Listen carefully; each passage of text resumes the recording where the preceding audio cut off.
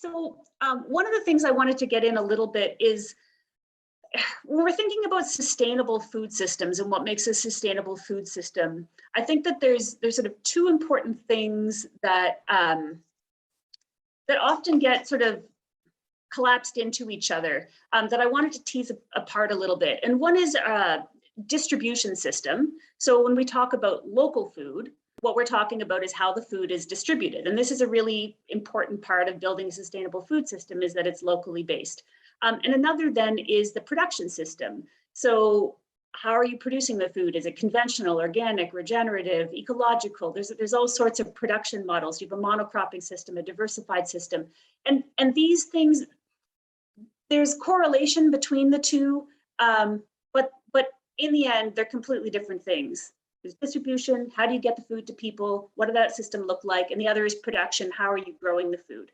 Adam's going to talk a little bit more about some of the production systems in a bit. So I'm gonna skip over that fairly quickly and talk a little bit more about distribution.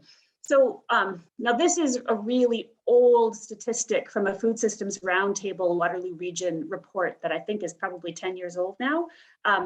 And I would be shocked if the number has changed significantly. So you can think to yourself, because I know that Zoom isn't conducive to spitting out answers, but if I want you to just sort of make a mental guess about the average number of kilometers that, on average, the 58 most commonly eaten foods in Waterloo Region travel to get from where they're grown to here.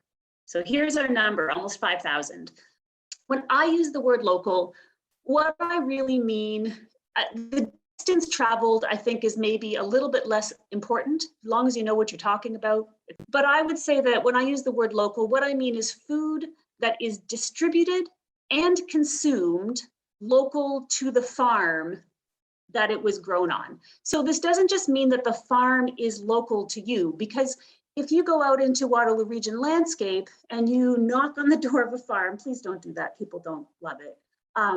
But you drive past a farm and you take a look at it and you say, oh, well, this is a local farm. But actually what this might be is a farm that's growing, it's growing corn, which is sent away to a processor and gets made into feed that gets shipped all across the country. So I wouldn't consider that a local farm, because although the farm is in our geographic region, their distribution is far greater. So I wanted to just sort of talk a little bit about what I see as being the sustainability benefits of having truly, truly local farms. And ideally local farms that also have beneficial production practices. Yeah, so like for my business, for example, 90% of the money that is spent locally. It's going out as wages to people who live here. It's going out to other farms whose product we buy in. It's going out to local businesses that operate in the community. And so some social benefits in terms of social sustainability, building of rural and urban relationships is tough. And I think it's getting tougher. We see some of that, especially in the United States. And the more we do to find ways to create natural connections and understanding between our rural and our urban populations, I think that the stronger our communities will be.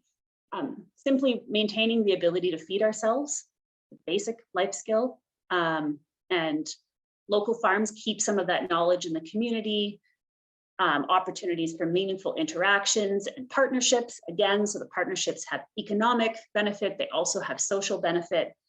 And then ecologically, I mean, I would argue that production methods have more to do with the ecological footprint of an operation than sort of scale and distribution do, but a smaller scale operation that's distributing locally is not going to be able to monocrop, because as soon as you have only one crop, you're going to outserve your local market, because you're going to have a lot of one thing and it can't all be consumed locally. So you're forced to look farther and wider.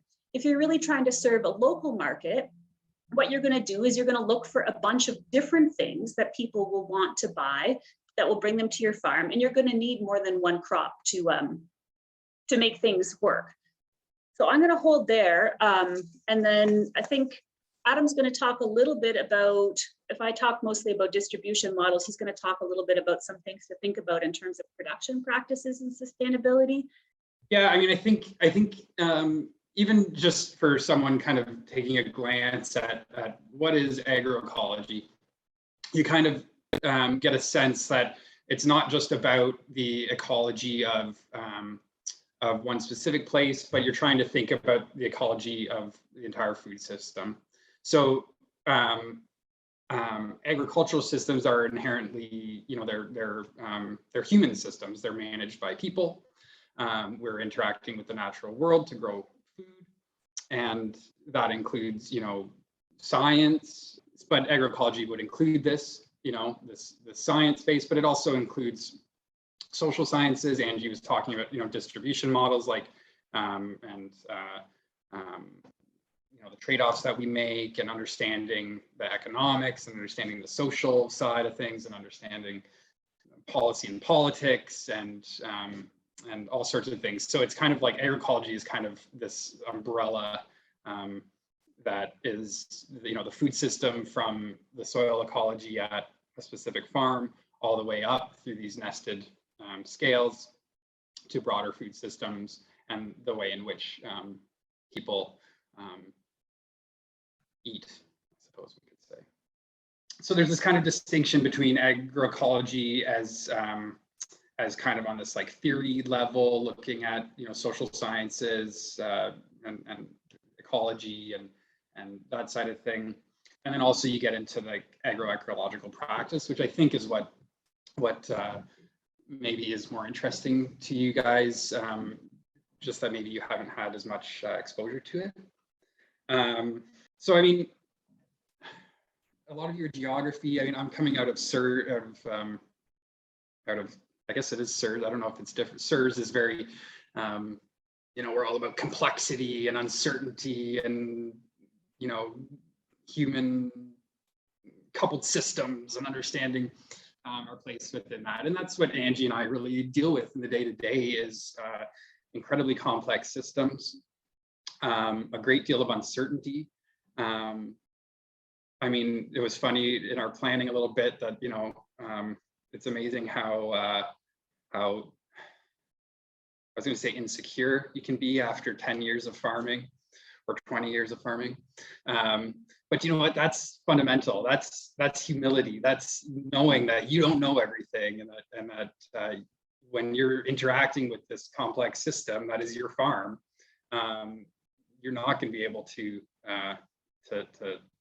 predict exactly how everything's going to work out.